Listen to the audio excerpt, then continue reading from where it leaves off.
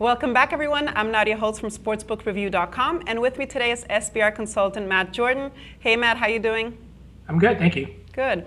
So today we're going to be talking about the AFC North exact divisional finishes for the NFL future picks. So Matt, talk to me about these the three contenders. We have the Cincinnati, Pittsburgh, and Baltimore. Yeah, this is a weird division because there's other divisions where three teams could win it, but in this division, Cincinnati, Pittsburgh, or Baltimore, they could all go to the Super Bowl. They could all finish 4-12. They could all finish 8-8.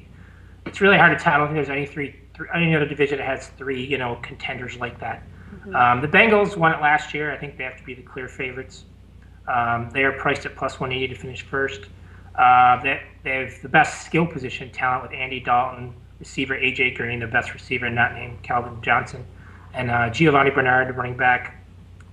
Geno Atkins, their best defensive player, was lost halfway through last year, defensive tackle. He's healthy now. I think they're going to get off to a 3-0 start with their schedule, so they could literally lead the division wire to wire this year. Pittsburgh, a lot of books are higher than them, and I know they're taking a lot of action. I'm not sure why. They've missed the playoffs 2 years in a row. They just had their top two running backs arrested for possession of marijuana. Apparently, they're not going to be suspended. Right. But Big Ben Roethlisberger, he's obviously great, but offensive line, running, the running backs, when they're not high, they're, receiver Antonio Brown's good, but other than that, they don't have much. The defense is old. Troy Polamalu, the safety, can't stay on the field. He's the key to that. I think they're going to start 1-2, and if you fall 2 games behind the Bengals, that's hard to catch up. As far as Baltimore, of course, they won the Super Bowl 2 years ago. Took a giant step back last year. Joe Flacco was awful.